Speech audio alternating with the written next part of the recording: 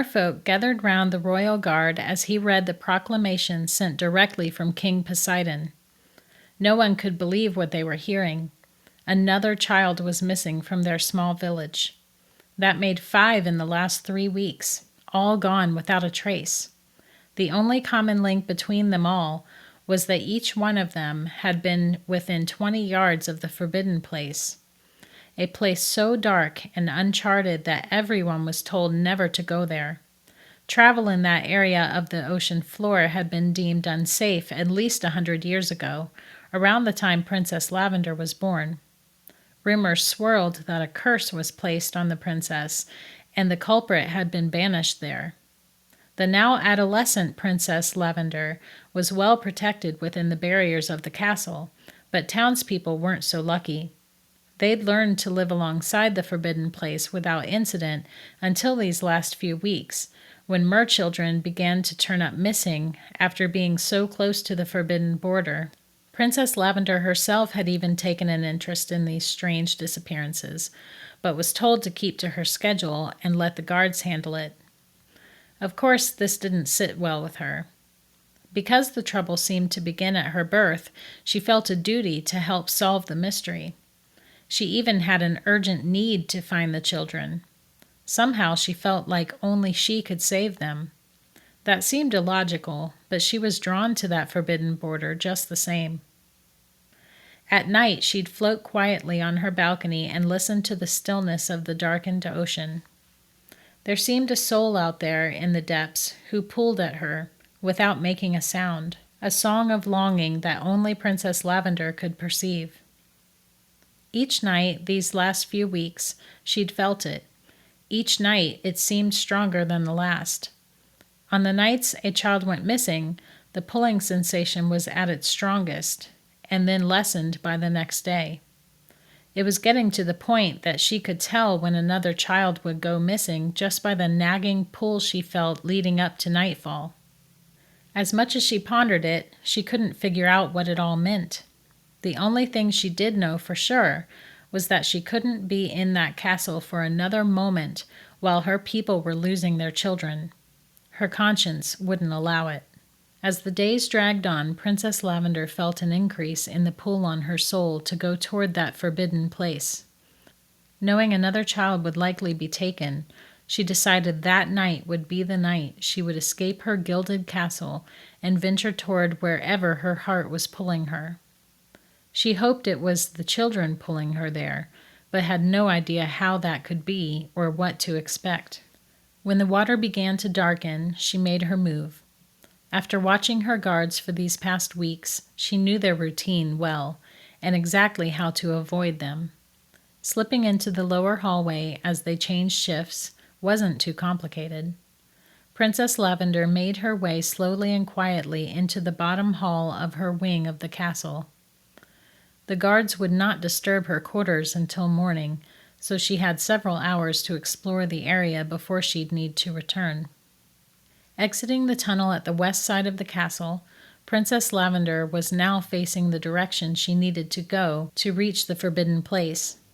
Swimming around the town instead of directly through it, she avoided being spotted by anyone who would surely identify her as the beloved princess. They would never let her explore the way she needed to in order to solve this mystery and return the missing children. The closer she got to the forbidden border, the stronger it pulled at her. The darkness that lay in front of her felt as if it had hold of her very soul. She had no choice but to continue toward it. Her dark brown hair now flowed behind her as she swam with purpose into the unknown, leaving behind everything she'd ever known. For a moment she wondered if she was still entering this darkened place for the children, or if she was finally giving in to the pull on her soul. Flowing with it felt so easy now, like she was finally doing what she should have done a long time ago. Crossing the dead area that marked the beginning of the forbidden place felt wrong, but also natural, which caught Princess Lavender by surprise for a moment. Why did she want to be here? Darkened particles were suspended in the water here, seemingly ignoring the natural currents of the ocean. Whatever sediment was disturbed here should have moved along with the current, but it never did. It just lingered, like a dark curtain over the entire area. It was like entering a different world entirely. The water was thicker and more difficult to draw oxygen from, too. Princess Lavender should have been distracted by the arduous conditions around her, but she was surprisingly calm. What she could make out of the ocean floor was hilly, with big boulders here and there. There seemed a lot of nooks and crannies a small merchild could hide in. Princess Lavender continued to swim in the direction her soul seemed to want to go, all the while softly calling out for anyone who might be hiding nearby. The once gentle pool that had always felt like a song softly playing in her ears now felt as if it was shouting to her, demanding that she come closer and closer. She began to second-guess her decision to come here, turning to face what she thought was the way out. Despite the darkness lingering in the still water, she continued to be pulled further into the forbidden place, no matter how hard she tried to swim in the other direction. It seemed she was so close to the thing that pulled at her that she could no longer avoid or resist it. It's as if she was metal and it was a magnet, pulling uncomfortably at every scale on her body. Realizing her mistake, she began to call for help, but her voice seemed to be absorbed by the darkness around her. She was going to meet this thing that had been drawing her into it, whether she still wanted to or not. In the distance, she could barely make out a glowing spot in the darkness ahead. It almost pulsed with energy that she could feel inside her as well. She immediately knew this was what had been pulling at her. Strange that she hadn't seen any children yet. They must be hiding. Or maybe they were taken in by this strange light too. Maybe it pulled them like it is pulling her. She began to think entering this light might not be the best idea. Grabbing for every boulder she passed, Princess Lavender panicked as she flailed and grasped at anything near to her. It was just then that she heard a familiar voice. Too familiar. "Welcome. I've waited a lifetime to finally meet you," the voice said. "Who are you? Show yourself," Princess Lavender responded anxiously. "Did they tell you nothing of me?" "Figures. Those fools thought they could toss me aside and pretend I didn't exist," the voice continued. A look of realization overtook Princess Lavender's face as she fully recognized the voice.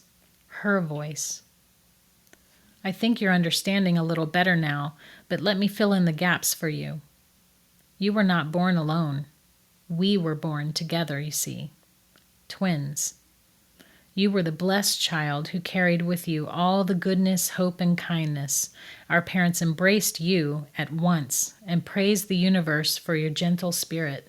When I followed behind you, they could see right away that I embodied all that you couldn't, all the hatred and evil of the world. It was all in me." As she spoke, Princess Lavender's twin began to take form in the light that pulsed in the darkness. Her features were the exact opposite of the princess. White hair instead of the traditional brown of the royal family.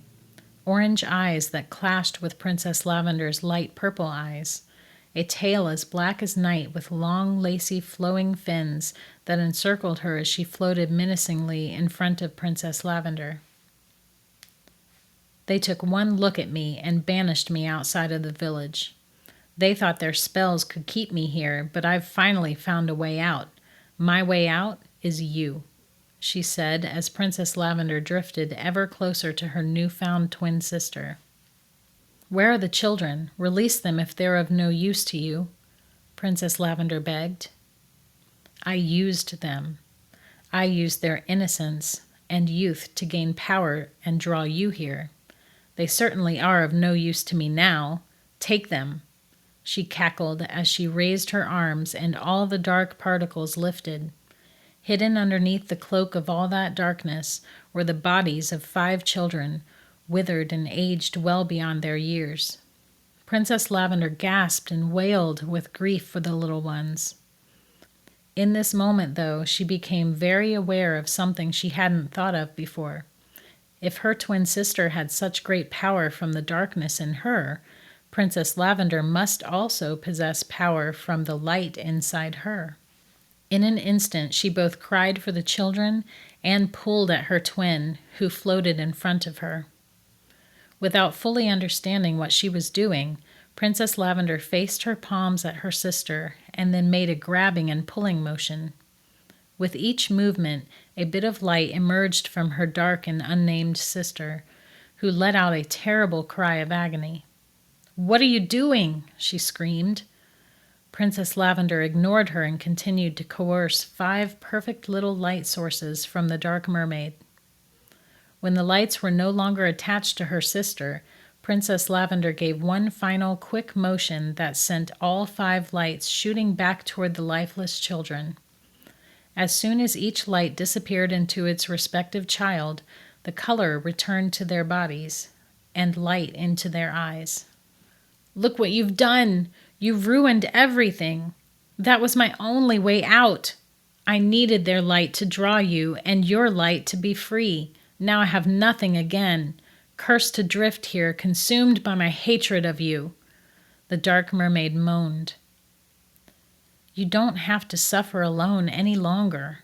Our parents shouldn't have cast you out the way they did. They were wrong to treat you so harshly. Take my hand and be my sister. Let me help you see a life you never knew could be yours." Princess Lavender said this as she reached out her hand toward her twin sister.